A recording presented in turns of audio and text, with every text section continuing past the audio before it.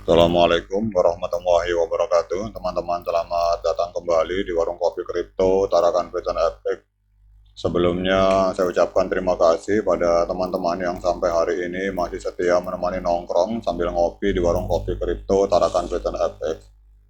Kemudian seperti biasa teman-teman, mari hari ini kita berdoa bersama-sama memohon kepada Allah agar kita semua senantiasa diberikan nikmat berupa kesehatan, dan bila ada di antara kita, sahabat kita maupun keluarga kita, mungkin ada yang hari ini kondisinya sedang kurang sehat, mari kita doakan semoga Allah segera memberikan kesembuhan teman-teman.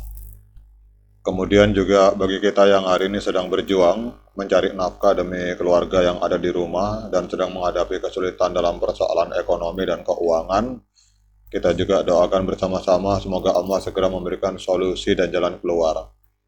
Kemudian bagi teman-teman yang ingin bergabung dengan grup membership, silakan klik ada tombol join di sini teman-teman. Ini bagi yang ingin bergabung bersama grup membership untuk mendapatkan update informasi lebih awal dibandingkan dengan penayangan video secara reguler teman-teman.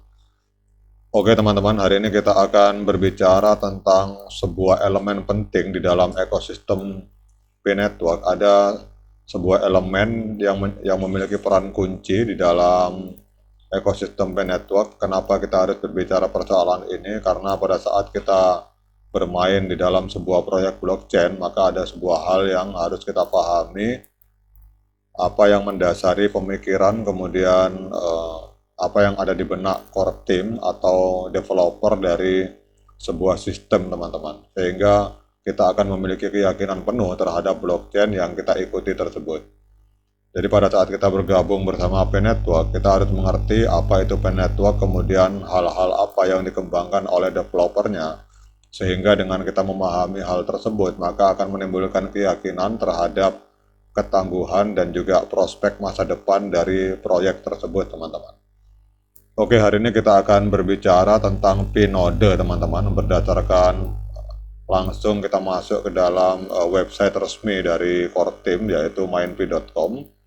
Jadi node ini adalah memegang peran kunci sebagai elemen keempat yang sangat penting di dalam ekosistem P-Network teman-teman. Jadi berbeda dari peran pada ponsel seluler, jadi node ini dijalankan pada laptop dan desktop atau komputer PC teman-teman.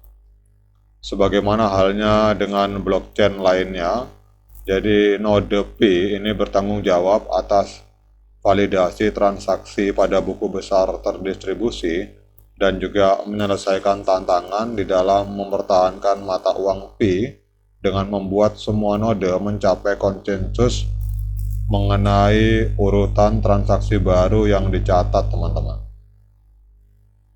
Jadi kalau misalkan teman-teman melihat ke P-Blocks Explorer, semacam kita melihat ada transaksi ini, ada yang setiap detik terjadi transaksi, ini adalah kerja dari node teman-teman. Jadi node ini adalah sebuah hal yang sangat penting, dan kalau kita lihat pada hari ini teman-teman, ini kelihatannya untuk upgrade server sudah mulai normal, karena kemarin kita tahu bahwa di Block Explorer ini tidak tercatat tentang total koin yang migrasi atau total koin yang terlocking. Hari ini sudah muncul kembali angkanya, berarti perbaikan server sudah selesai dalam persoalan Explorer ini teman-teman. Oke, sekarang pada saat kita berbicara node teman-teman, ini node ini adalah sebuah sistem yang memang mencatat setiap transaksi seperti ini teman-teman, memvalidasi transaksi. Jadi kalau kita melihat dari tulisan di artikel ini, kalau kita lihat di sini teman-teman, jadi berbeda dengan node yang menggunakan proof of work seperti Bitcoin atau Ethereum. Jadi P-Node menggunakan algoritma konsensus berbasis Stellar Consensus Protocol teman-teman. Jadi di dalam konsensus SCP ini, node membentuk kelompok terpercaya dan hanya setuju pada transaksi yang disetujui oleh node terpercaya tersebut teman-teman. Jadi lingkaran keamanan dari para penambang mobile, dari penambang handphone, kita tahu bahwa kita biasanya pada saat menginstal aplikasi, biasanya kita disuruh menunjuk beberapa orang sebagai lingkar keamanan dari jaringan kita. Jadi lingkar keamanan dari penambang ini kemudian digabungkan menjadi grafik kepercayaan global yang akan memungkinkan node Pi membentuk potongan quorum, teman-teman. Sehingga akan terjadi pencatatan transaksi. Jadi dengan ternyata untuk dalam lingkaran kepercayaan atau security circle di dalam aplikasi Pi, teman-teman, ini sangat penting sekali agar node Pi ini bisa menentukan siapa yang bisa dan siapa yang tidak bisa memvalidasi transaksi pada buku besar, teman-teman. Jadi berbeda dengan sebagian besar proyek kripto lainnya, node Pi akan terus mengikuti filosofi desain yang berorientasi pada pengguna, teman-teman.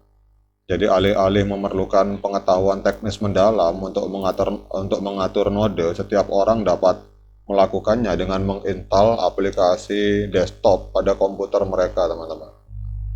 Jadi kalau bagi teman-teman yang mengerti tentang dunia node, ini bisa ikuti petunjuknya yang ada di dalam mindp.com, teman-teman. Cuma kalau untuk super node biasanya ini membutuhkan ada seleksi dari core team, teman-teman, dan ini membutuhkan komputer dengan kekuatan yang luar biasa, dan ini harus diverifikasi terlebih dahulu oleh core team, dan komputer ini harus berjalan 24 jam dan harus memiliki koneksi internet yang sangat stabil, teman-teman. Artinya untuk super node dibutuhkan spesifikasi tinggi yang ada di komputer yang kita miliki, teman-teman, dan ini tidak semua orang bisa memenuhi untuk tahapan super node ini, teman-teman. Jadi kalau saran saya kita hanya bermain di aplikasi yang ada di handphone saja untuk memvalidasi transaksinya. Jadi intinya, teman-teman, pada saat kita tahu bahwa Pi Network ini mengklaim dirinya sebagai masa depan sosial cryptocurrency di dalam jaringan Web 3, jadi ini perlu kehadiran node yang tangguh, teman-teman. Jadi dengan adanya Pi node, maka Pi Network akan semakin mengukuhkan posisinya sebagai platform inovatif yang menempatkan pengguna di pusat desainnya. Jadi filosofi desentralisasi, kemudian pilihan antar muka yang ramah pengguna, dan partisipasi pada berbagai tingkatan ini memberikan peluang bagi setiap pionir untuk terlibat sesuai dengan tingkat kenyamanan dan pemahaman teknis mereka, teman-teman. Jadi kalau kita melihat di dalam Pi Network ini ada partisipasi melalui handphone, kemudian ada juga yang partisipasi melalui node biasa. Jadi kita hanya menginstal ini tampilan Pi pada laptop, kemudian ada yang partisipasi dalam bentuk super node. Nah, ini membutuhkan super komputer, teman-teman. Jadi intinya setiap pionir itu diberikan peluang untuk terlibat sesuai dengan tingkat kenyamanan dan pemahaman teknis masing-masing. Jadi dengan progresifnya pengembangan testnet dan juga langkah-langkah yang kita lihat akan menuju desentralisasi penuh atau open mainnet, maka Pi node ini akan membuka pintu menuju masa depan blockchain yang lebih inklusif dan dapat diakses oleh semua orang, teman-teman. Jadi demikian update informasi kali ini, teman-teman, tentang Pi node sebagai sebuah poin atau sebuah tulang punggung penting di dalam blockchain Pi Network. Kenapa hal ini harus kita pahami? Karena seperti yang saya katakan di awal, pada saat kita masuk ke dalam sebuah atau sedang memperjuangkan sebuah koin atau sebuah proyek kripto, maka kita harus tahu fundamental apa yang ada di dalam proyek tersebut, teman-teman, sehingga kita tidak gampang patah arang dan tidak gampang kena angin hoak atau angin-angin lalu, angin-angin negatif dari para hater, teman-teman. Karena pada saat kita memahami sesuatu, maka efeknya kita akan teguh dan memiliki keyakinan penuh terhadap sesuatu tersebut. Khususnya pada saat kita berbicara tentang Pi Network, teman-teman. Jadi abaikan para hater, abaikan angin-angin negatif yang ada di luar sana. Tetap semangat klik petirnya, dan bagi yang ngopi jangan lupa diseruput kopinya. Sekian dari saya. Assalamualaikum warahmatullahi wabarakatuh.